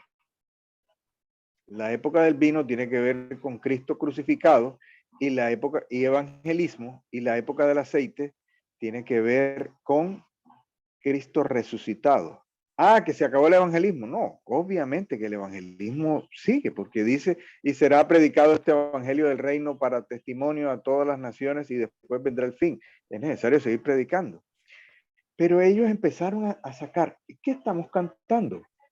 Hay mucha canción que tiene que ver con Cristo crucificado, la revelación de la cruz, y está muy bien, pero es tiempo de pensar en Cristo resucitado, Cristo victorioso, Cristo reinante. Hay muy pocas cosas que tienen que ver con el Cordero inmolado. Así es. Hay canciones del Cordero inmolado, hay canciones del Cordero en el trono. Hay muy poca cosa. Entonces, no es lo que se me vino al alma, lo que se me vino a la mente, hay adoraciones en el Apocalipsis, mucha adoración en el Apocalipsis, revisar las adoraciones del Apocalipsis que son totalmente diferentes. David alcanzó a ver allá, Jacob alcanzó a ver el león, cuando menciona en Apocalipsis 5, quién es el que tiene derecho, el león de la tribu de Judá al vencido, eso lo vio Jacob. Claro, claro, Entonces hay adoraciones de Jacob, hay adoraciones de David que de ellos ya Moisés. ven de Moisés que ya ven el trono. Sí, No claro. solamente ven la cruz, proféticamente lo ven, o sea, no veían los valles, veían la cruz y veían el trono. Claro, Entonces, ¿qué es lo que estamos cantando? claro, Ah, es que esta me gusta porque suena bien. De pronto estamos cantando una cosa que no tiene ningún sentido. claro, Se le claro. ocurrió a alguien por allá. David no es que ay, ¿cómo amanecí hoy? Betsabé me miró, no me miró. Entonces me robaste el corazón, se lo puedo dedicar a una muchacha o se lo puedo dedicar al Señor. Hay canciones que se le puede dedicar hoy en día a una muchacha o se le puede dedicar al Señor. Ahí hay un problema. Ahí Cosa hay un problema. peligrosa.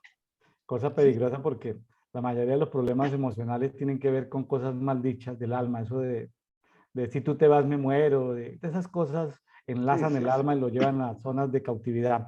Ismael, quería recordar, ya que tú hablas de la era del aceite, Salmo 133, 2, es como el buen aceite sobre la cabeza.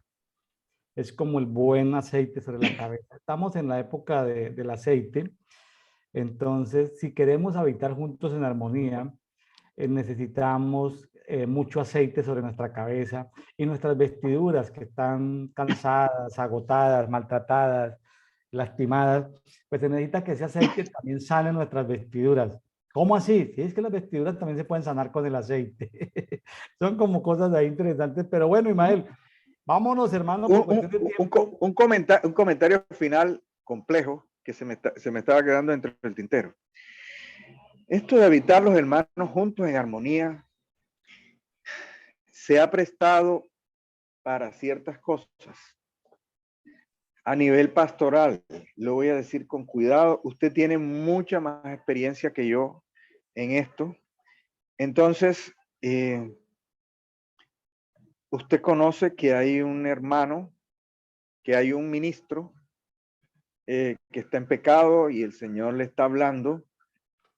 Y eso lo vamos a ver en Corintios ahora, para confrontar el pecado. No, no, no. Vamos a habitar todos en armonía. Eso es problema de él con Dios. Todos juntos de la mano vamos a estar en armonía. El hermano está en pecado. ¿Qué es lo que vamos a revisar ahora en Corintios? Ahí hay una confrontación, o sea, casi todas las epístolas de Corintios es confrontación con el pecado. Tiene que ver con justicia. Fulano de tal, ministro del Señor, muy usado por el Señor, está en fornicación.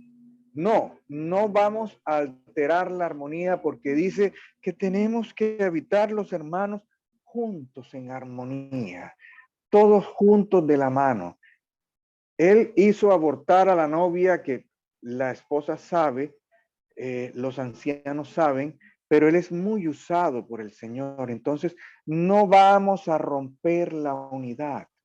Justicia, justicia, vestiduras de justicia. Claro. ¿Qué va a hacer? Es que él no sabe hacer más nada y entonces ya el hermano ha caído y ya lo trasladaron de allá para acá, de aquí para allá. Ya estamos como los católicos trasladando de un lado para otro porque tenemos que habitar juntos en armonía. Ismael, pues el tiempo no le da a uno para estar en la vida de todo el mundo, confrontando el pecado de todo el mundo, pero sí con la gente con la que uno interactúa. Yo en mi vida pastoral he sido consejero de muchos pastores y con cariño y con aprecio cuando han venido conmigo porque se han equivocado, porque han pecado, en mí han encontrado un buen compañero, han encontrado una persona confidencial, han encontrado un buen amigo que los ha ayudado a algunos, a muchos, en sus problemas. Pero también Ismael me he encontrado, pues yo no los ando buscando, pero también me he encontrado o en el caminar, me he encontrado con ministros del evangelio que están en lo que tú dices en fornicación. Entonces, esos son los que causan división, los que causan problemas, esos que están, esos pastores homosexuales, esos pastores de fornicación, esos pastores metidos en masonería, son los que se enfrentan conmigo. Son los que se enfrentan conmigo porque no resisten la luz, esos pastores que andan en estafas, en enriquecimiento ilícito, en bendecir proféticamente a los narcotraficantes, son los que yo he tenido problemas con ellos, es decir, porque me los he topado, no los ando buscando, esos que bendicen que para que el contrabando entre y no entre y hacen oraciones, esos son los que se han metido en problemas conmigo. No, yo no los ando buscando ni persiguiendo ni nada, sino que en el caminar de la vida cristiana yo he sido, digamos, buen consejero de aquellos que han buscado ayuda para solucionar su problema, para recibir ese tratamiento. He sido buen compañero, pero realmente esos son los que hablan mal de mí. Todos esos personajes que me he encontrado en los 14 años de ministerio, masonería, fornicación, adulterio, ladrones, son los que hablan mal de mí. Y eso seguirán hablando mal, pero ¿yo qué puedo hacer? Es el testimonio el que se encargará de mostrar con el tiempo quién dice o no la verdad. Vamos, Ismael, 1 Corintios 11, que habla de divisiones. Y esas divisiones son importantes a veces que sucedan para que se sepa quiénes son los aprobados y quiénes no son los aprobados. Bueno. Usted lo dijo. Pero al dar las siguientes instrucciones, no os alabo, porque no os congreguéis para lo mejor, sino para lo peor. Aquí no anda Pablo por las ramas. No es, ay, vamos todos juntos de la mano. No, ustedes se están congregando para lo peor. Pues en primer lugar, cuando reunir como iglesia, ciertamente oigo que hay divisiones entre vosotros, y en parte lo creo, porque también debe haber divisiones entre vosotros para que los aprobados se hagan manifiesto entre vosotros, lo que usted acaba de decir. Parece que Corinto no tenía ningún lado bueno. Cuando pues os reunís vosotros, no es comer la cena consagrada del Señor, porque al comer cada uno se adelanta a tomar su propia cena y uno tiene hambre y el otro está embriagado. Imagínese esta iglesia. Yo creo que aquí se ganó la rifa del tigre, el que le tocaba ser pastor de la iglesia de Corinto. Había gente que iba a tomar la Santa Cena y era con vino y ya estaban ebrios. Imagínense. Porque al comer cada uno se adelanta. Bueno, pues no tenéis casas para que comáis o bebáis, o menospreciáis la iglesia del Señor y avergonzáis a los que no tienen. Os diré o las alabaré. En esto no os alabo. Entonces, estamos siendo más, ya no voy a decir papistas, estamos siendo más pablistas que Pablo. Aquí le está cantando la tabla Pablo a la iglesia de los Corintios. Vea, hay algunos que vienen a emborracharse el día de la cena del Señor. ¿Qué les pasa, hermano? No muestren el hambre. La cena del Señor era una cena, no era un pedacito de pan, era una cena. Entonces había algunos que hacían la fila de primeros mostrando el hambre. Les decía, no tienen comida en su casa. ¿Qué es lo que les pasa? Vaya, cena en su casa y aquí vamos a compartir la cena del Señor. Dice, en esto los alabo, porque yo recibí pasajes recontra conocidos.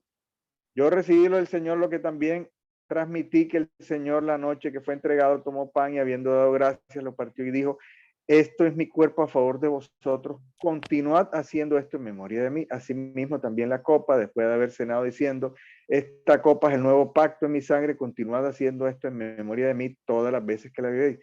Tan a menudo como entonces, como comáis este pan y bebáis esta cosa, continuáis proclamando el Señor la muerte del Señor hasta que Él venga. De manera que cualquiera que coma el pan o beba la copa del Señor indignamente será culpable del cuerpo y de la sangre del Señor. Por tanto, examínese cada uno a sí mismo y coma así del pan y beba de aquella copa. Yo no sé, me remito a las costumbres antiguas. Entonces, había gente que estaba en disciplina y entonces lo primero que se hacía era que no podía tomar la cena. Pero ¿qué dice aquí? Examínese. Le está hablando a los corintios que había una propaganda antigua colombiana que dice que no tenía presa mala. Bueno, aquí parece que no tenían presa buena. Entonces, ¿qué dice? Examínese. Examínese cada uno a sí mismo y coma así del pan y beba porque el que come y bebe sin distinguir el cuerpo, juicio come y bebe para sí. Por eso hay muchos débiles y enfermos entre vosotros y bastantes duermen. Hay una aplicación de la justicia ahí. Y hay gente que dice, no, es que no voy a comer porque no quiero comer juicio. No, dice, examínese. Yo conozco algunos pacientes que dicen, yo no voy donde el médico porque de pronto me sale algo malo, yo me siento bien. Yo no me hago el examen porque vaya y, imagínese, ¿qué dice? Examínese, tiene que ver con justicia. Nuestras iglesias de los países latinoamericanos están debiendo la materia de justicia. Hay injusticia rampante entre las ovejas y entre los ministros. Y por eso se ha levantado la injusticia en nuestros países, porque esto no se está cumpliendo. Si pues nos examinamos a nosotros mismos, no seríamos juzgados, pero siendo juzgados, somos educados. Vea cómo dice esta traducción, la Biblia textual, cuarta edición, por el Señor, para que no seamos condenados juntamente con el mundo. Ah, yo caí en pecado, no me pasa nada. Ah, no hay problema, yo sigo. Yo sigo haciendo lo que estoy haciendo. Yo sigo ministrando lo que estoy ministrando, porque los milagros siguen ocurriendo. Estaba yo, muchacho, vamos a juzgar a este predicador, predica bien, vamos a ver si hay milagros. Si había milagros es porque el Señor estaba con él. Uy, muchos creyentes y muchos pastores, no, si se sigue operando milagros, él está bien con Dios. No, Señor, en tu nombre hicimos milagros. ¿Qué le va a decir el Señor? apartados de mí, hacedores de maldad, no los conozco. No sé si algunos que están viendo esto van a dejar de ver esta serie, pero Ismael, que no me esto, van a invitar más, no sé. oiga, Ismael, tratamos, lo hacemos con, como decimos en México, comillas, en buena onda. No lo hacemos con el propósito de fastidiar a nadie, pero eh, como también se puso de moda un meme hace un tiempo, ¿no? Se tenía que decir y se dijo, ¿no? Es decir, estamos diciendo las cosas de una manera transparente, delante del Señor, sin, a veces con paciencia, con flexibilidad. No es un programa académico, no es un programa teológico, es un conversatorio. Y Mel quería llamar la atención sobre estos dos versículos que me quedé aquí, hermano. Me gustaría que usted me ayudara a profundizar más. Estoy hablando del versículo 18 y 19. Los voy a leer, pero quiero que usted me hable de las divisiones a nivel de iglesia. Te voy a leerlos mientras piensa, usted va pensando en la respuesta. Pues en primer lugar, cuando os reunís como iglesia, ciertamente oigo que hay divisiones entre vosotros y en parte lo creo. 19, porque también debe haber divisiones entre vosotros para que los aprobados se hagan manifiestos entre vosotros. Pregunta, Ismael, si hay aprobados, también hay desaprobados, ¿correcto? Claro, Pero él dice que deben haber divisiones, algo que uno no espera. así es. Eso es como sacar, eso es como de tiempo en tiempo, Dios manda a los ángeles a sacar, ¿sí? A sacar la cizaña de entre el trigo. No se puede sacar a veces cuando el trigo está creciendo porque se lastimaría el trigo, pero al final de la cosecha, cada temporada, sí hay que sacar la cizaña porque se probó que era cizaña, que no era trigo. La cizaña causa división. Ismael, ¿por qué suceden esas cosas? De que es necesario al final de cada cosecha sacar la cizaña, unos son aprobados, otros son desaprobados. Hay gente que pareciera que nunca va a ser trigo, que siempre van a ser cizaña y se siguen moviendo ahí de iglesia en iglesia, de ministerio en ministerio, pero nunca van a ser trigo, siempre van a ser cizaña, siempre van a estar causando divisiones. Sí, mi experiencia pastoral no es tan profunda. Eh, Nuevamente tomo el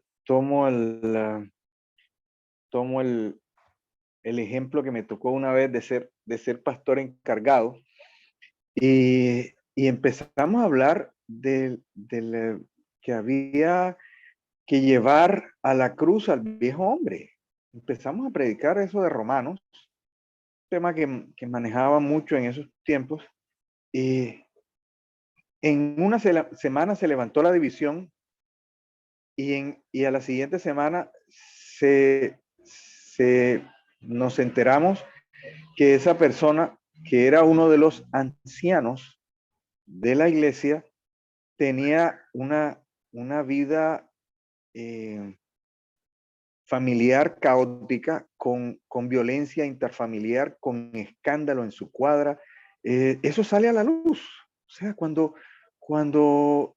ciertos temas son tocados, cuando el Señor tocó ciertos temas en Juan, sus apóstoles se escandalizaron.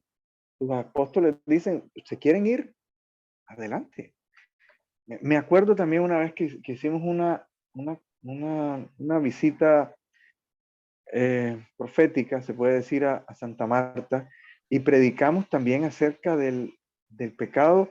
Eso inmediatamente se destapó. Había alguien de los líderes de la iglesia que se estaba acostando con alguien de la alabanza y eso se destapó rápidamente. O sea, no, que el Señor me mostró aquí hay pecado. No, predicamos la palabra. Predicamos la palabra nomás, no. El Señor me está mostrando que alguien se está acostando. Ellos mismos se rebelaron, ellos mismos salieron a la luz. Es necesario. Aquí Pablo, o sea, si nos vamos a poner a estudiar Corintios, eso es látigo. Pero si usted revisa Juan, que es las epístolas de Juan, en que hay toda, o sea, Juan es como la cúspide. Ya Juan habla con un lenguaje, yo quisiera hablar así en mi día a día, así suavecito, así bonito, pero le dice, hermanos, hijitos, si usted no, así se diferencian los hijos de Dios de los hijos del diablo. Si usted no ama a su hermano, es un hijo del diablo. Y él menciona también en otra parte, salieron de nosotros, pero no eran de nosotros, y era necesario que se diera cuenta que no eran de nosotros, era necesario. Hay mucho farsante, hay mucho embaucador dentro de las iglesias. ¿Y qué es lo que dice el Señor? Por sus frutos los conoceréis. No, no es por su predicación, no es ni siquiera por sus milagros, es por sus frutos. Hay mucho embaucador. Ahí estaba Judas, estaba recibiendo directamente de la palabra, del que es la palabra, del que es el amor, y había un embaucador. Entonces era necesario que fuera manifiesto. Es necesario hoy en día. O sea, la justicia entra primero por los hijos de Dios. Si la justicia no opera dentro de los ministros embaucadores, si los que son autoridad no corrigen, eso lo vamos a ver más adelante, si los que son autoridad no juzgan, porque sí estamos en amor, porque sí estamos todos juntos, tomados de la mano, van a seguir subiendo presidentes a nuestros países de América Latina con la bandera de la justicia. Sí, la bandera de la justicia, ¿para quién? Para los drogadictos, para los delincuentes, para los LGTBI, sí, para los malos, para los bandidos, para ellos sí, vamos a darle justicia. Si no tenemos, si nuestra justicia no es superior a lo de los escribas y fariseos, no entramos al reino. Tratando de hablar suavemente, pero a veces no me sale. Ismael, a veces, déjeme contarle una anécdota que me está acordando.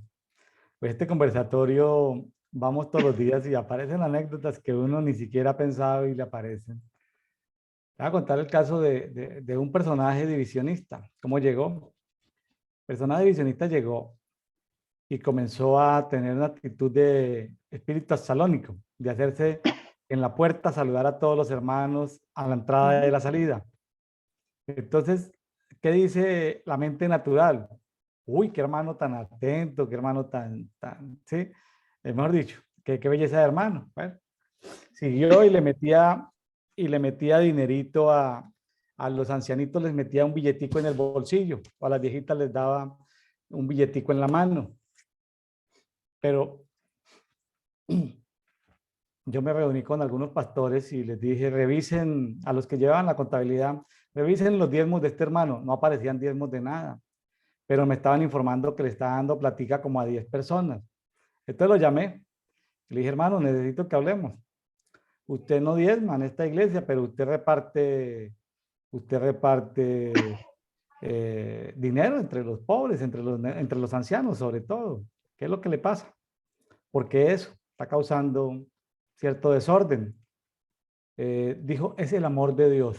Es que por el amor de Dios mi diezmo lo uso para darle a los pobres.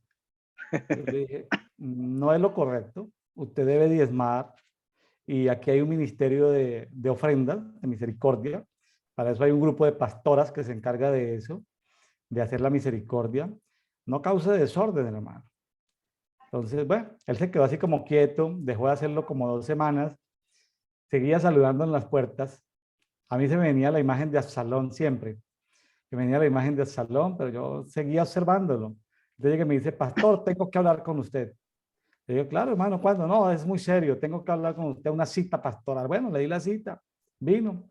Y me dijo que el Señor me dijo que yo voy a ser, usted tiene aquí varios pastores, pero me dijo que yo voy a ser su copastor, el segundo pastor, el copastor del pastor principal. Pero mientras él hablaba, yo veía toda su vida de pornografía. El hermanito carnal veía mucha pornografía. Entonces yo lo estaba viendo, él me estaba hablando, entonces yo decía, pero ¿qué le digo? Entonces le dije, listo, Yo le dije, ¿Dios te dijo eso? ¿El Espíritu Santo te dijo que tú ibas a ser el copastor del pastor principal? Dijo, sí. Le dije, pero para eso tú tendrías que ser obediente, hacer caso, lo que yo le diga, ¿cierto? ¿Sí? Entonces, yo vi toda la vida de él, tenía una linda esposa, una linda familia, pero era un mal elemento, era un mal elemento. Había estado en muchas iglesias, había sido líder de muchas iglesias, copastor, pastor en varias iglesias, bueno. Entonces le dije, ¿vas a hacerme caso, sí o no, para poder ser copastor mío? Entonces habían varios ahí, dije, el hermano va a ser copastor, y le dije público, y él va a ser obediente. Él dijo, sí, yo llamé testigos. Y bueno, su función por 6 meses va a tener una sola función: lavar y limpiar los baños. No puede estar en las puertas saludando a la gente. Solo va a lavar y limpiar los baños. Es su única función, y limpiar las instalaciones. Esa es la función que yo como pastor principal le asigno al copastor, y si cumplen 6 meses, pues veremos su resultado. No, no duró ni un mes, Ismael. No duró ni un mes en ese trabajo. Me decían los otros pastores asociados, me decían, pastor, pero usted ¿por qué hace eso? Le dije, tranquilícese, hermano, tranquilícese. Pero pastor, pero es que tenemos un ministerio de mujeres que se encarga de eso. Relevemos al, no, tranquilo. Entonces, él comenzó en ese tiempo de que estaba limpiando los baños, comenzó a acercarse a las hermanas a decirles que él había tenido visiones con cada una de ellas, y que en la Ujú. visión ellas lo besaban y lo acariciaban. ¿Qué sería eso? Que por qué no le preguntaban al Señor. Entonces, vinieron conmigo varias de las jóvenes y señoras de la iglesia a decirme que él les decía, este copastor asignado, Y, y que no él eran las tenía una más visión. ancianas, seguramente. No, no, eran jóvenes y también señoras jóvenes, que él había tenido una visión, que ellas lo besaban y que él se dejaba besar, que qué significaba eso, que por qué no se reunían para que oraran juntos, a ver Dios qué les mostraba. Así me vinieron como 3 o 4. Entonces yo aproveché una reunión en un restaurante, invité a varias personas, invité a las mujeres, invité a su esposa, ¿sí? Y entonces invité a otros testigos, a otros pastores. Entonces dije, bueno, yo quiero aprovechar para que la hermana fulanita, la hermana fulanita, la hermana fulanita hablen. Entonces llegan y dicen, no, pues que el hermano está soñando conmigo, que nos acariciamos y nos besamos, y que está pidiendo que nos juntemos a orar juntos. Estaba la esposa de él. Ahí sí Ismael no tenía para dónde escaparse. Estábamos en un restaurante. Luego la otra hermanita, no, que él me dice que tuvo un sueño donde nos besábamos, que lográramos a Dios, que ayunáramos juntos a ver qué nos mostraba el Señor. Lo desenmascaré. Es lo que yo decía, o sea, ¿qué más le hago yo a este copastor? Que Dios le había mostrado que iba a ser mi copastor. Y habían otros pastores testigos. Entonces, eh, es una forma de limpiar. Claro, me tomó tiempo, lo tuve que hacer como en 3 meses perdí con ese personaje, me saboteó. En esos 3 meses se acercó a mis hijos menores de edad y les decía, ustedes comen porque yo ofrendo. Si yo no ofrendara a ustedes, se morirían de hambre. Mi hijo, yo lo supe años después, Ismael. Yo supe años después que a uno de mis hijos que estaba trabajando tenis le dijo, usted usa tenis, pero porque esos tenis salen de mis ofrendas, o si no, usted no estaría usando tenis. O sea, un tipo que aprovechó el tiempo que estuvo en nuestra congregación para lastimar a mis hijos. Yo no lo supe en el momento, lo supe años después. Entonces son hijos de Belial, son hijos de Belial que vienen, que son gente que de pronto no van a ser nunca salvos, pero que tienen el hábito religioso de ir de congregación en congregación, lastiman a los hijos del pastor. Yo no me di cuenta en el instante. O sea, ellos no contaron, pero fueron lastimados. Eh, Así es. Me lastimó varias hermanas jóvenes y casadas, me lo lastimó. Lastimó a su linda y querida esposa, o sea, un tipo que no merecía la esposa que tenía. Lastimó todo el entorno. Es decir, fue una forma de exponerlo porque él tuvo tiempo para arrepentirse y no lo hizo. Entonces, a veces es necesario que esas cizañas, lo que pasa es que uno no puede estar sacando la cizaña todos los días, es lo que yo le digo a los pastores jóvenes, porque si saca la cizaña, si yo lo reprendo al principio, los viejitos o ancianitos que estaban recibiendo dinero de él se lastiman. Yo no podía lastimar, ¿sí? Cuando él saludaba dando el ejemplo a los equipos de Ujieres, los Ujieres decían, ay, no, queremos que él sea nuestro líder de Ujieres porque eso saludaba y abrazaba y besaba. Claro que a las mujeres las abrazaba con apretón, ¿no? Con ósculo santo, con beso santo, ¿no? Entonces, entonces yo no podía en ese momento reprenderlo porque no era el momento de sacar la cizaña entre el trigo. Llegó el momento de sacar la cizaña entre el trigo, es decir, al final de la temporada donde ya nadie se iba a hacer daño, nadie más iba a dañar, ¿sí? O sea, eso se lo comento a los pastores y líderes que tienen congregaciones de que no tienen que estar sacando la cizaña todos los días, deben hacerlo con mucha sabiduría. Esas divisiones se presentan para que unos sean aprobados y otros sean desaprobados. Es decir, con tiempo hubo evidencia de que era un mal elemento, era un hijo de Belial. Si yo no, porque él lo que regaba información era que el pastor no tenía amor, o sea, el mensaje de él era un mensaje completamente absalónico, el pastor no tenía amor. Luego de que habían evidencias de que decía, no, el pastor sí tiene amor, decía, el pastor no tiene tiempo. Entonces luego decía, es que el pastor no tiene tiempo, es que el pastor no tiene tiempo, es que el pastor anda muy ocupado, es que el pastor anda en otras movilizaciones internacionales, es que el pastor no tiene tiempo, es que el pastor no tiene tiempo. ¿Sí? ¿Sí? Cuando, cuando yo invité al pastor Fernando Orihuela a Medellín, a nuestra congregación, donde tuvimos un evento que entre otras cosas, tú estuviste en ese evento, Nuevos Niveles de Gloria, la Pascua del 2009, Nuevos Niveles de Gloria Medellín, Colombia. Entonces, esa semana se encargó de regarle información a toda la congregación que los pastores deberían tener amor con la gente, pero que este apóstol al que el pastor William, que no tenía amor, había invitado a un llamado apóstol también sin amor, porque ese apóstol no abrazaba a la gente. El apóstol Fernando pues llegaba en el vehículo desde el hotel, o sea, pasaba a una sala especial donde descansaba y luego pasaba a ministrar la palabra. Usted estuvo en ese evento, Ismael. Sí, sí, sí. Pascua del 2009, ahí estuvo el apóstol Gilberto Y, Pérez. y es el tipo de persona que tiene una fanaticada y que tiene que atender a muchísima gente, y si él se pudiera abrazar uno por uno, eso sería una cosa, o Bueno, sea, no predicaría. pero para que te des cuenta, regó el cuento, me saboteó mientras yo estuve ocupado en el evento, mientras yo estuve ocupado atendiendo a todos los pastores de Medellín y de otras ciudades que fueron.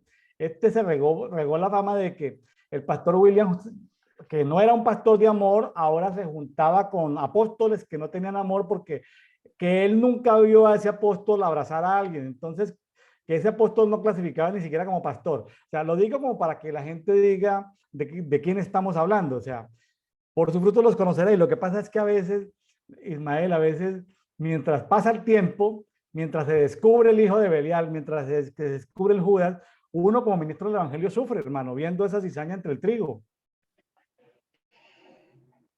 Sí, así es. No, es que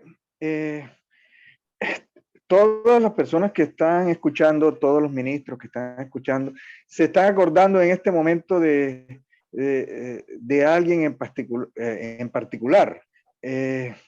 Existe un protocolo. No se trata, aquí lo encontré, no se trata de andarle diciendo a todo el mundo. Si existe un protocolo y existe un tiempo, ahora lo vamos a ver al final de primera de Corintios. Existe un protocolo. ¿Qué dice? Si tu hermano peca, estoy en Mateo 18:15, y existe un tiempo, eso lo vamos a ver ahora. Yo había escuchado, recibía quejas acerca de un pastor, yo conocía su situación y llegó un momento en que el Señor me dijo, es el tiempo. Y yo tenía que viajar a otra ciudad para confrontar a ese pastor que evidentemente estaba en adulterio, estaba en injusticia y estaba cometiendo delitos. Además, no solamente era un asunto de iglesia, estaba cometiendo delitos. Me dijo, es el tiempo. Y en el momento en que nosotros fuimos, no voy a entrar en demasiados detalles, uno de los testigos que yo iba a llamar había recibido a otra hermana de la iglesia, y esa hermana de la iglesia había tenido un sueño profético. Y esa hermana, que tenía una relación muy cercana con él, lo había mandado a llamar y ella no sabía que nosotros íbamos. Entonces fue un concordarse que era el tiempo preciso. Nosotros no lo habíamos mandado a llamar. Nosotros ni siquiera sabíamos si él iba a asistir o no iba a asistir en el caso de que nosotros fuéramos. A él lo mandaron llamar, había un sueño profético, y nosotros lo que vinimos a hacer fue como el colofón, como la parte final, como la conclusión de la confrontación. ¿Y qué dice? Hay todo un protocolo. Por tanto, si tu hermano peca, ve y repréndelo entre él y tú solos. Si había una reprensión de parte de Dios, tenía que ser entre ese hermano, porque hay veces que hay problemas, ¿sí? Entre ese hermano y tú solos, sin que nadie se entera, sin que se enteraran los ancianos, los otros ministros, las ovejas, nadie más. Dice, si te escucha, ganaste a tu hermano, pero si no te escucha, lleva contigo a uno o dos más para que toda palabra quede firme por boca de dos o tres testigos. No es que habla a sus espaldas ante otros ministros, ante otros siervos, ante otras personas que están en la congregación. No, tienes que llevar a dos o tres testigos para que eso quede firme, y eso sigue estando en privado. Y si rehúsa escucharlos, dilo a la iglesia, y si rehúsa escuchar a los de la iglesia, sean para ti como el gentil y el publicano. Este es un protocolo que se debe operar hoy en día. No que es pastor, que es ministro, que ya abusó, ya embarazó, ya hizo abortar, es ministro. Se siguió el protocolo y al final dice, tenle por gentil y publicano. No eres más ministro. Y es el Señor, ya no es Pablo, está hablando Mateo capítulo 18, es el Señor mismo quien le está hablando. Ah, ¿por qué no hizo con Judas? En su momento lo hizo con Judas, lo que vas a hacer, hazlo pronto. Y ahí le dio el bocado. Entonces, hay todo un protocolo que en nombre del amor, en nombre de la unión, de la unidad, se ha pasado por alto. Ah, que en algunas partes se dice, no, señor, usted no puede ministrar más. Usted no puede ministrar más, no puede estar a cargo de una congregación. Sí se ha hecho, pero hay otras partes donde no se hace. Entonces, es complejo, es difícil, no es fácil. ¿Qué dice en Primera de Corintios? Ya sé que estamos sobre el tiempo. Dice al final Pablo, si alguno tiene hambre, coma en casa, para que no reinas para juicio. Claro. Es que aquí está hablando del juicio de Dios. Y vean cómo dice, lo habla del poner el tiempo. Lo demás lo pondré en orden cuando vaya. Hay un tiempo. Él ha podido escribirlo aquí. ¿De qué no escribió Pablo aquí? Del que tenía la mujer del papá, ¿de qué no escribió Pablo? Pero dice, hay un tiempo. Y no quiero pasar por alto. Dice, alguno dirá, bueno, pero no hay nada bueno en las cartas de Corintios. Hay un arma poderosa. ¿Qué dice? Primera de Corintios, me devuelvo, ya ustedes lo revisaron, pero permítame revisar. Capítulo 10, versículo 9. ¿O no sabéis que los injustos no heredarán el reino de Dios? No os dejéis engañar. Ni los fornicarios, ni los idólatras, ni los adúlteros, ni los afeminados, ni los homosexuales, ni los ladrones, ni los codiciosos, ni los borrachos, ni los difamadores, ni los estafadores heredarán el reino de Dios. Dios mío. No, nadie de Corinto clasificaba. Ahí estaba la lista.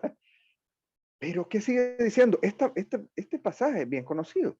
Pero ¿qué sigue diciendo? Y aquí está la perla poderosa. Y esto erais algunos, pero os lavasteis y fuisteis apartados para Dios y fuisteis declarados justos. A todas estas bellezas que ha descrito, a los borrachos, a los difamadores, a los estafadores, codiciosos, homosexuales, fornicarios, dice, fuiste declarado justo. El Señor a todos estos los puede declarar justo si la persona lo permite, cuando es confrontada. Porque hay personas que son confrontadas y dicen, sí, yo te escucho, sí, yo sé que es palabra del Señor, y siguen su vida, siguen produciendo el mismo fruto. A esos hay que decirle, eres gentil y publicano, es el protocolo del Señor, eres gentil y publicano. Pero si alguien dice, tiene razón, no sé qué hacer, quiero arrepentirme, quiero abandonar el Señor lo puede lavar. Y nos entenderíamos aquí, busque los significados en el hebreo. Hay un lavado ceremonial. Dice, puede ser apartado para Dios. Y dice, fuiste declarado justo en el nombre del Señor Jesús por el Espíritu de nuestro Dios. No nos da el tiempo, pero cuando habla que dice que fuiste lavado, esa palabra en el griego nada más aparece 2 veces en el Nuevo Testamento. El Señor es capaz de lavar a estas bellezas, a los afeminados, codiciosos, borrachos, difamadores. Es capaz de lavarlos. Es capaz de lavarlos. Tienen esperanzas. El Señor nos ha puesto, sí, llega un momento en que hay que confrontar en amor, hay que confrontar con el protocolo del Señor, primero tú y Él solo, después con testigos, después diciéndole a la iglesia, ¿quieres seguir con tu vida? Está bien, pero eres gentil y publicano. Pero no, vamos todos juntos de la mano. Tú tienes unas manos adúlteras, derramadoras de sangre, injustas, que estás bendiciendo a narcotraficantes, que estás con las mismas manos que estás levantando, estás bendiciendo al político corrupto y el político corrupto te da dinero. Estamos patrocinando la injusticia. Aquí el Señor le dice, hay una forma de ser lavados, de ser apartados para Dios y de ser declarados justos. Se lo está diciendo a los corintios. No lo está diciendo Primera de Juan, así suavecito, bonito, no se lo está diciendo a los romanos, se lo está diciendo, creo que no hay una carta dirigida a gente peor en el Nuevo Testamento que a los corintios. Tienen esperanza. Sí se someten al procedimiento de Dios. Claro. Amén. Claro. Ha sido importante revisar, Ismael, que hay todo un diseño de la mesa del Señor. Hay un antidiseño que es la mesa de los demonios, ¿sí? Que Cristo y Belial no tienen comunión. Pero aquí también estamos viendo otros antidiseños que salen de, voy a ser muy textual, de los divisionistas.